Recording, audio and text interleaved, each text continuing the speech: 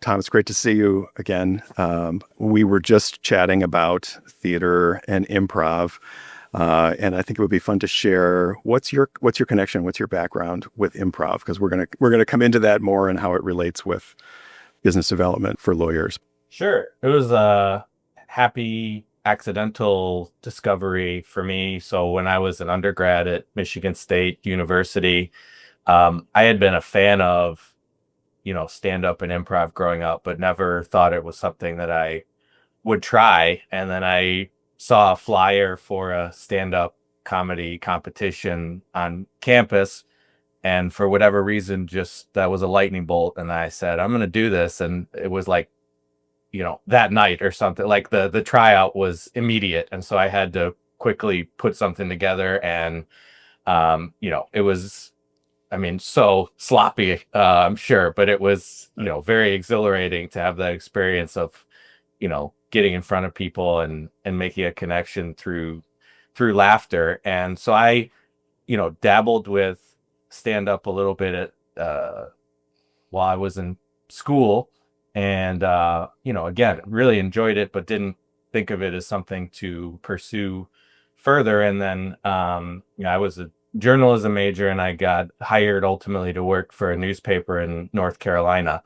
And so I moved down there. I don't really know anybody, and I'm kind of looking to, make friends and get to know people. And so I, went out to an open mic for stand up and sort of got connected to that community there. And, there was an improv club in town, and, it looked fun. And so I gave it a shot. And, I kind of came into it, not full of bravado, but thinking, I've done stand up. I know how this works. I can, I can get up there and do, and I was objectively so bad.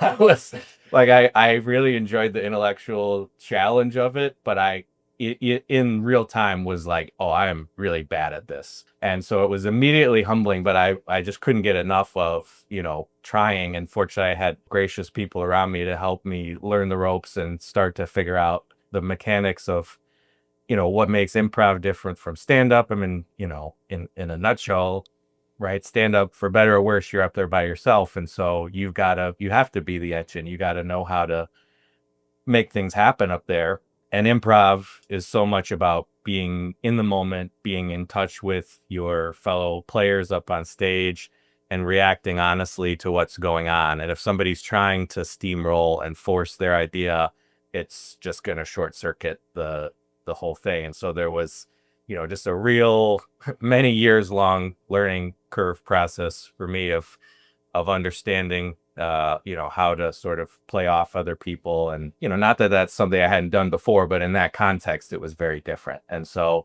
over the course of the 5 years that I lived down there, I just sort of got progressively more involved in that community. And, it really turned to far more than I ever expected it to be. And it was just a very, very fulfilling, rewarding experience. One, because I have a lot of, weird, funny friends that I made through those shared experiences, but also because those skills that I learned have proven incredibly valuable and transferable across my life, period. And certainly in a professional setting where you are constantly tasked with being collaborative and problem solving and creative. And, it doesn't really matter what you're doing, the principles of how to work well with other people and, let good ideas come to the forefront. There's a lot of universal principles there. And so I've found it really, really helpful to carry those with me, in across all other aspects of my life. When we were in Chicago together last fall for the LMA Midwest conference, we talked a little bit about improv, and I think a lot of folks are familiar with the concept of yes and as a way to further any conversation that you're having without shutting the other person down. Because like you said earlier, like you have to rely on the people around you to help you, to support you, to carry the story forward. And so you don't want to be stopping any story or idea or joke from realizing its full potential. And then I came to your presentation where we broke out into groups. And we were talking before I started recording. I studied theater. I'm a voice actor now. It sounds, cooler than it actually is. I have to, sometimes talk about napkin dispensers for explainer videos and make those sound exciting. But that's, like anything, there's an audience for whom that material is interesting. I'm a huge napkin guy. Yeah. Can you send me those links after? I can. You'll want to get a dispenser for your home. It'll be great. Automatic. And you'll save money. You'll save lots of money on napkins. I got little kids, so if it's just the napkins, I mean, you're speaking my language. But the thing that I got out of that too is, man, did I freeze up in some of the scenarios? But then there was everyone else around me to carry it forward and take my idea and run with it or gild it in some way. That was the interesting thing that happened too. It's just like, oh, I wouldn't have thought of that. Yeah. And that's a really good idea. Do you see those kind of ahas happening when you and it's an interesting combination, journalism and improv, when you bring both of those brains to the front, when you're communicating with lawyers, training lawyers? Let's explore that a little bit. I am very grateful to have found this field of legal marketing and business development. I mean, it's been a really joyful, again, accidental discovery, not something that I really knew about as an option. And I've been so pleasantly surprised and gratified at how the skills that I learned from a journalism degree and career and a comedy background have proven applicable in this setting. Journalism certainly taught me how to, lean into curiosity and, ask questions, be willing to follow the story where it takes you rather than presupposing that what the story is. And so, I just always feel like I'm bringing that sort of reporter's mindset into everything I do. And that is very helpful in working in a law firm and being tasked with, helping to work with and coach attorneys toward their goals. Is a lot of the, biggest success and benefit that I can bring is just being curious and opening a platform for attorneys to talk through their goals and challenges, and just being an active listener in that process has really proven helpful in unearthing opportunities.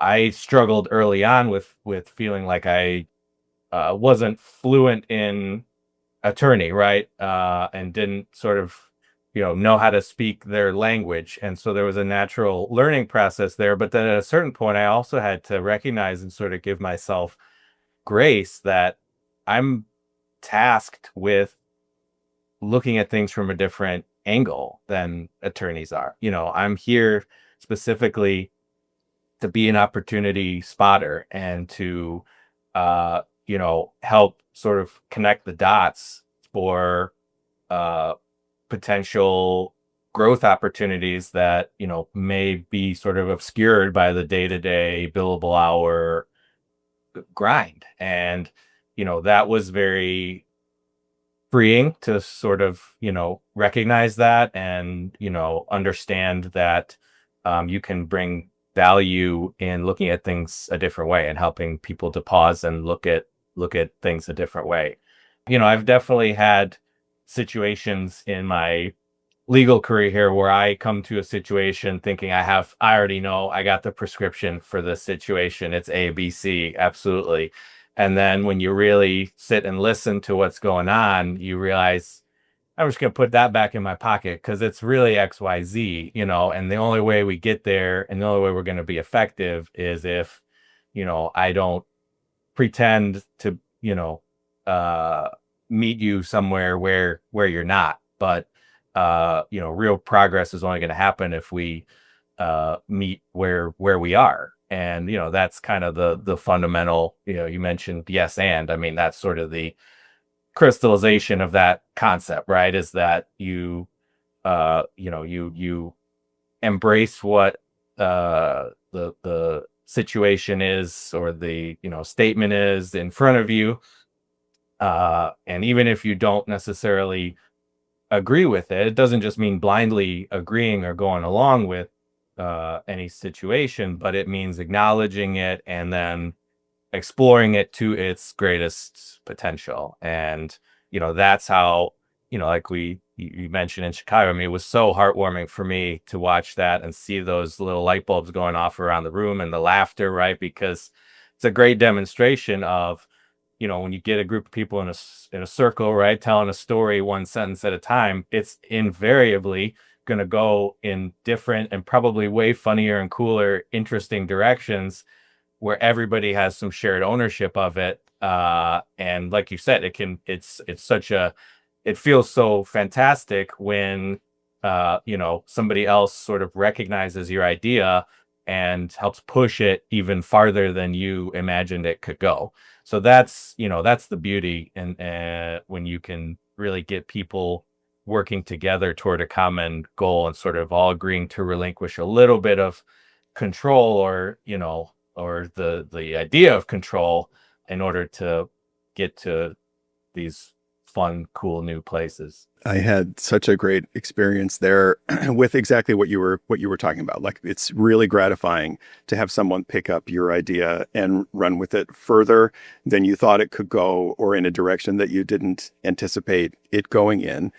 The other thing that happened to me, and let's talk about how this happens in the attorney business development training context as well. The other thing that happened to me is someone would stop my idea, and nobody was like, no, it's not a golden tennis shoe, it's a loafer. Yeah, I can't even remember what the scenario was. It's not a hard no, but no's in disguise. Yeah.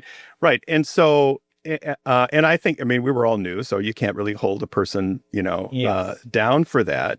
But then the story did go further, that direction, and that's fine. And everybody picked up on it. But I got a sense of the styles, to a certain degree, of each of the people that were in the group as we were telling that story one sentence at a time, going around the circle. And it got faster and faster, and it was fun. But I could kind of, I don't know, maybe I was thinking too much, but I felt like I could almost anticipate where a person was going to go. Like, very quickly showed me how those people think. So is that something that you see in either group training sessions or in one-on-one coaching that you do? Yeah, absolutely. I mean, a huge part of being successful is recognizing that everybody's got different personality, different operating system, and you can't think that it's a one size fits all approach. I mean, it takes time and effort, but one of the most important things in a role like mine is spending as much time as possible learning each individual person's practice and realities of their practice, because we're a diverse firm. We've got very disparate practice areas, and what works in one is far different than what works in another. And so you got to understand those differences as best you can, but also the individual personalities, and what are people's communication preferences, and who's more, who's going to respond better to you popping in their office and bending their ear for a few minutes, and who's more likely to respond to an email or a phone call or whatever. You have to sort of build up your own fluency of that, and otherwise you're probably going to be beating your head against the wall a little bit, trying to chase after people. But yeah, of course, this comes, more naturally for some people or others. But, it was interesting. So along the course of my time in North Carolina, I was fortunate to be asked to teach stand-up classes. I did that for a few years.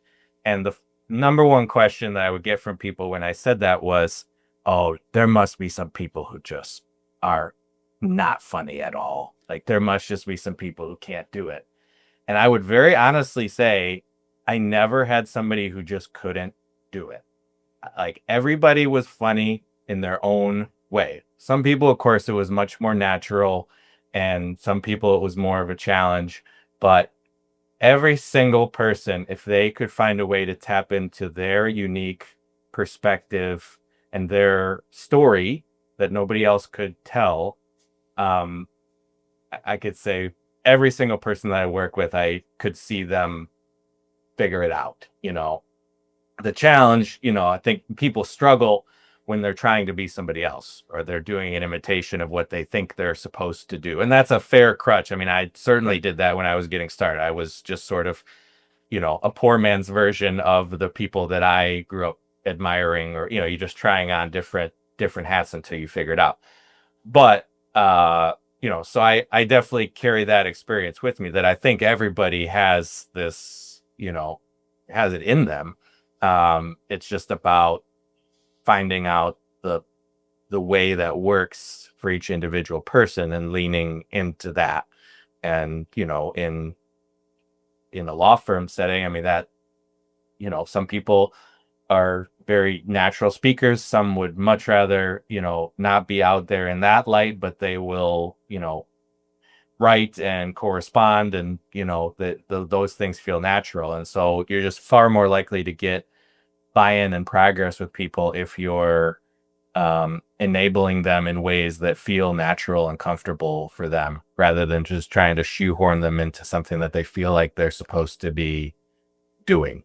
I had a founding partner, first name on the door of one of the law firms that I was working for at the time, ask me in a room full of other lawyers, Kristo, can everybody become a rainmaker?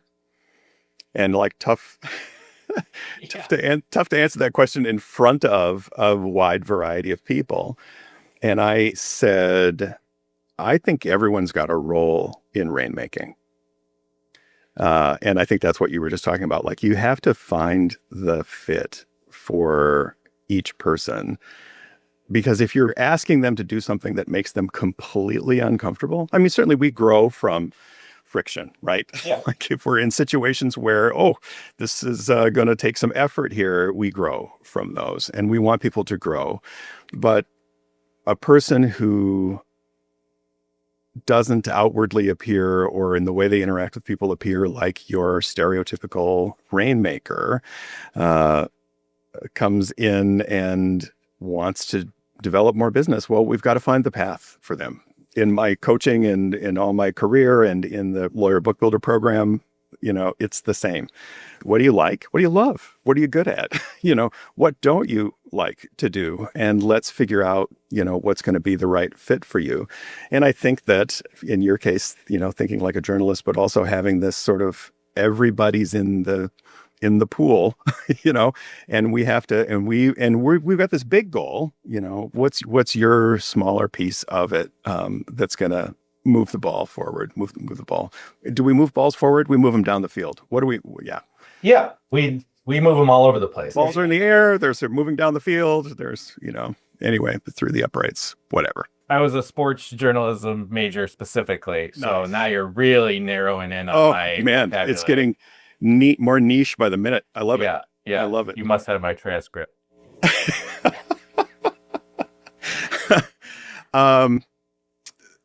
Let's talk about intent.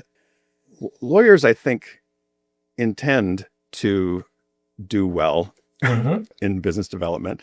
But there's a difference between, feeling like they should do this more and actually doing it with intent. And I want to talk about that in terms of, how that fits into the improv world as well, but also in business development. Like you can spend a lot of time doing the wrong thing if you don't have intent before you go in. So can we peel back a few layers on that from your perspective? Yeah, absolutely. I've been very intentional working with the attorneys here. One of the questions I put on the, survey that I sent around to everybody is, what's something we can let go of? What's something that's not serving you, that you've been involved with? And, because it is very easy to just let things sort of creep into our, responsibility column, and then they are just eating up our energy, but we feel this sort of, it's like the sunk cost fallacy or whatever it is, where we're just, it's hard to admit that something's not working, or just recognize that, this is not serving me in the way that I thought it did. So as much as it is, it's a lot more fun and, sparkly to go out and find something new, but just as valuable, I think, is doing an internal checklist of and calibration, of, is what I am choosing to spend my valuable finite time and energy on serving me? And is there something that I can remove to help me,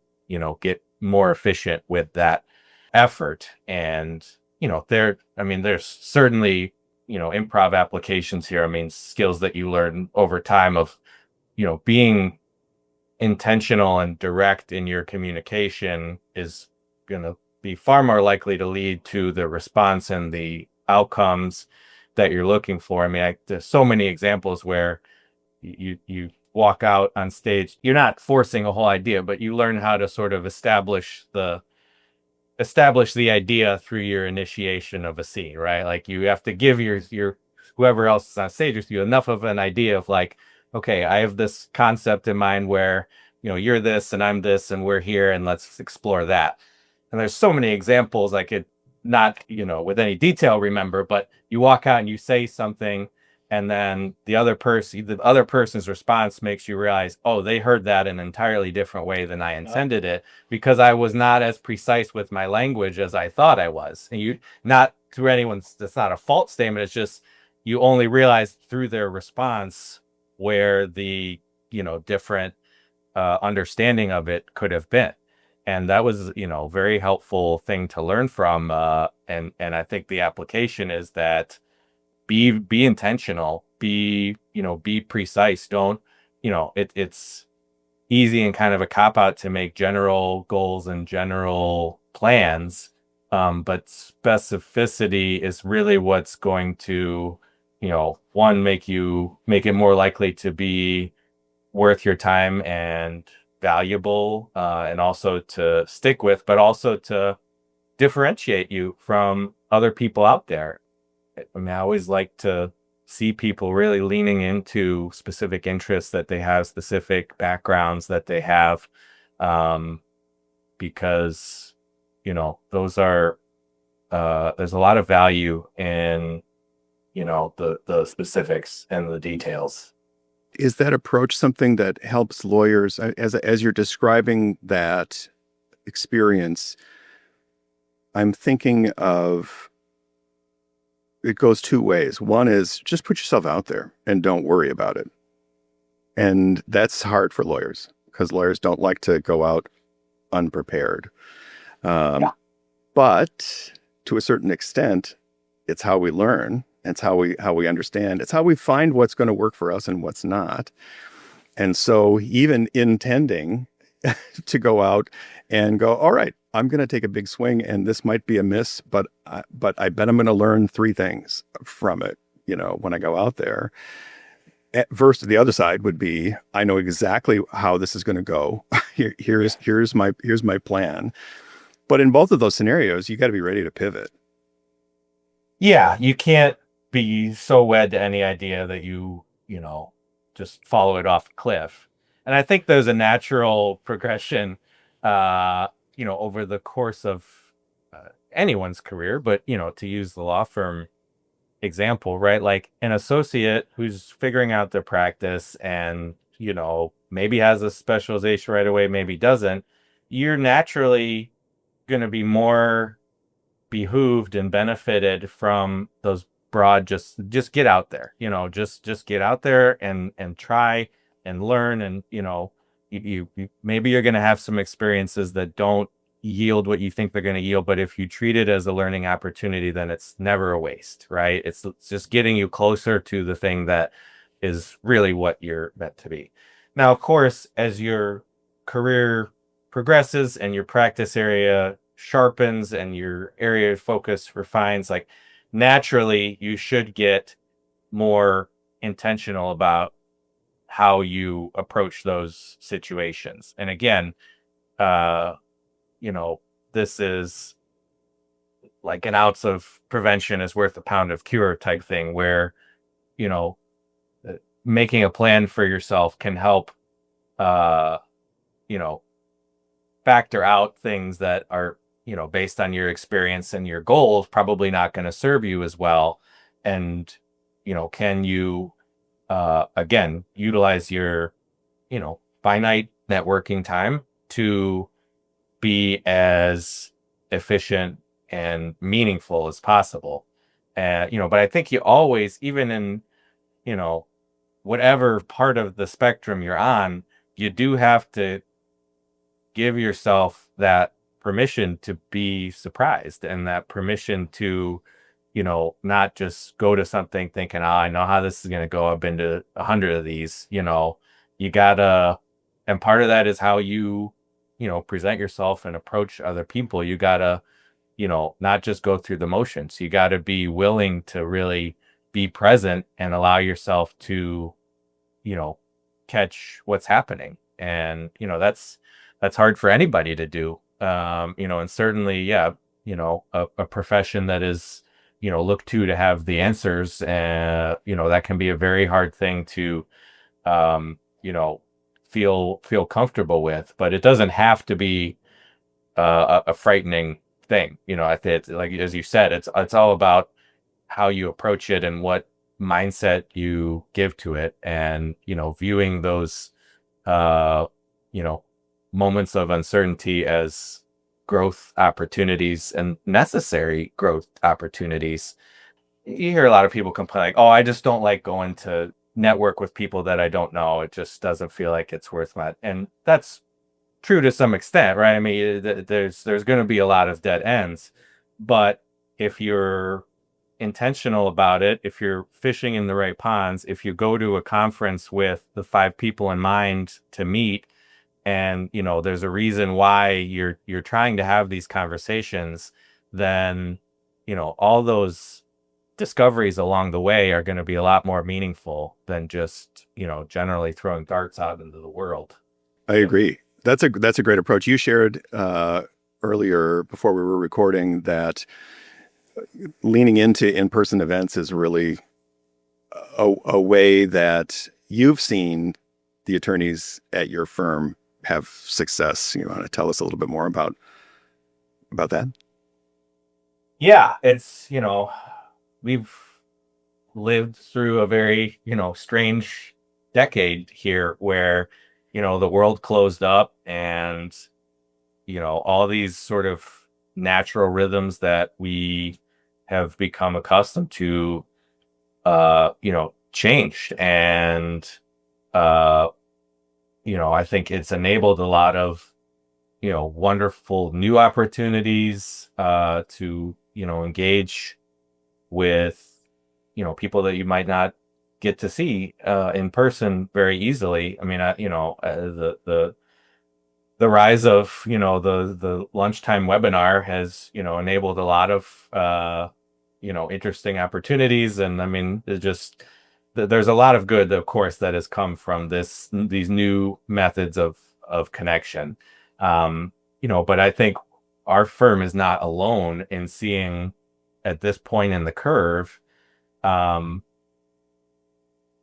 a, a reminder and recognition of the importance of being together in a shared space for a shared experience, and the depth of connection that can facilitate. I mean, it's really, really hard to replicate that in a virtual environment. And, there's place for both, but certainly when you're looking to, establish a connection or reestablish a connection with the important people in your network or your life, it's harder now in a lot of ways. People are out of the rhythm of going to events. I mean, you got people, everybody's on their own hybrid schedule or whatever. It's not as easy to just, the workday is done, I'm going to walk across the street to this event. I mean, it's, it's a harder ask in many ways, but the fact remains that when you do it, it means something. It makes a difference, and our firm has been very intentional about that and has seen real rewards from that, of demonstrating that it's important to us to see you. It's important for us to be together. And, because you don't want to be just showing up in somebody's inbox when they think you need something. You got to, find ways to continue to cultivate relationships in between when the work is happening. Right. And, there's a lot of ways to do that, but, very few that match the, the power of being across from somebody and, breaking bread or sharing a drink or, throwing an axe or whatever it is you want to do. Is your team onto you in terms of how you deploy improv in your leadership of the team? I still feel like it's kind of a secret ninja skill, and you're blowing my cover here. Dang it. Sorry, man. No, it's fine. We can use my fake name. We will. I mean, to be really honest with you, I have purposely played it close to the vest since I joined the legal world. I felt real or imagined that, it was going to be hard to explain that in a way that still allowed for people to view me as a serious contributor. I mean, this is obviously very important, high level work. And, I did not want to be viewed as somebody who, was not a serious person or not committed to, trying to, do things the right way and be involved and invested in, in success. And, I think once people hear it, there's kind of a, people look at you like you're Patch Adams or something, where you're just like the comic relief person. So, I have not been very overt in how I, talk about that in a professional setting. And so I will tell you that, whether it's just starting to feel more, confident in my career or whatever. I mean, I've been trying to lean into that a little bit more these last year or two. And so when this, opportunity to present at the LMA conference last year came up, and, we were going to be in Chicago, which is one of the greatest improv comedy cities in the world. It just felt like, I felt like, all right, I think I'm going to try and bridge those two worlds in this presentation. And for me, it was a really gratifying opportunity to share that part of my background in a way that, felt really applied to this other world that has come to mean something to me. And, I was just really, really happy to be able to bridge those two things in one session. And, so yeah, I am very, very, proud of all these facets of my experience. And I try to, utilize them and bring them to help one another as much as I can.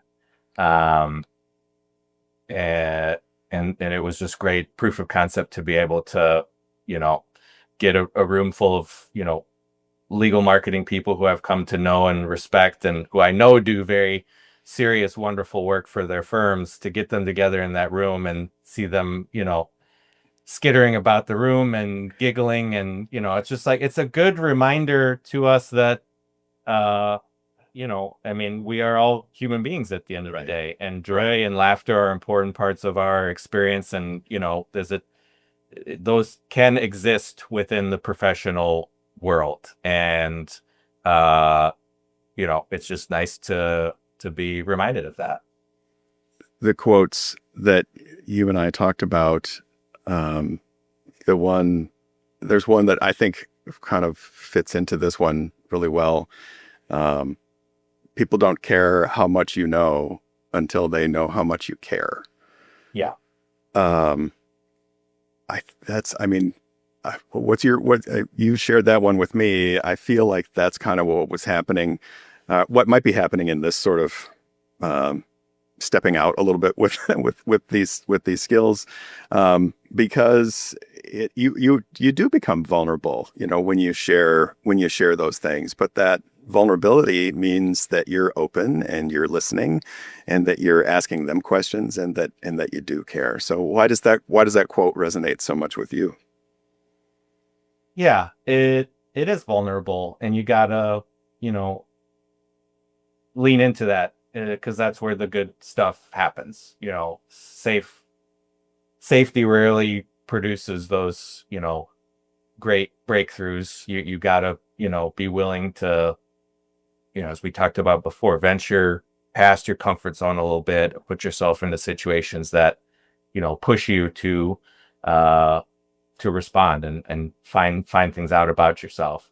But I think it's meaningful to me in my role that I can't. I mean, I work with such intelligent and hardworking people, and I can't walk into somebody's office and act like I have the answers. I mean, I have too much respect for what they do and what they've accomplished to think that I can just do that. Now, that doesn't mean I don't have help to offer, but it takes a humility to recognize somebody else's strengths, achievements, and figure out what I can do to help facilitate even more of that. And the only way to get there, in my experience, is taking time to show them that you care and you're invested in their success and you're there to listen and understand their story and what's important to them and why it's meaningful for them to grow in whatever areas they're looking to grow.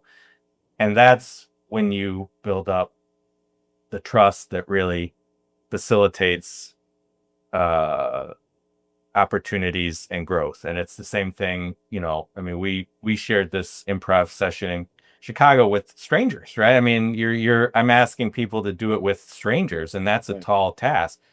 And I was fortunate to play, in North Carolina with, a same group of people for several years. And over time, you build up trust with one another because when you've shown time and time again that you're going to support the other person's idea, that person's got my back, that person's not going to leave me hanging, that person is going to look out for me and cares that I look good up there because it helps them look good and we're all in this together. And the more and more you build that, any team that has trust, that has a clarity of purpose, that has a collaborative spirit is going to reach higher heights than a team where it feels like, I don't know if that person's really got my back. I don't know if that person is somebody I can really trust. And, I mean, I've been fortunate, in all settings to be on teams where over time you just feel that innate sense that these people have my back and I have theirs. And so I don't have to spend energy worrying about potential negative stuff. We can just keep our eyes on the prize and go toward the best thing that we can do together. And, that's what I think to me, demonstrating to people that you care is the way that you get there because you're trusting the person next to you to look out for you. And the only way to build that trust is to show it through action over time. Right. Right. It's a great attribute for you to model to the attorneys, for the attorneys to model with their clients and prospects and folks That's a great point. that they That's care a about. really good point that it Yeah, goes that way too. absolutely. Yep. Absolutely. Tom, thanks, man. This has been such a fun conversation. I really appreciate your time Thank today. you so much for the opportunity. It's just been wonderful to chat with you, and thank you for being such a fun participant in Chicago. I'm so glad that we got to carry this conversation forward here. Me too. Me too. Thanks. Take care. I hope to see you soon.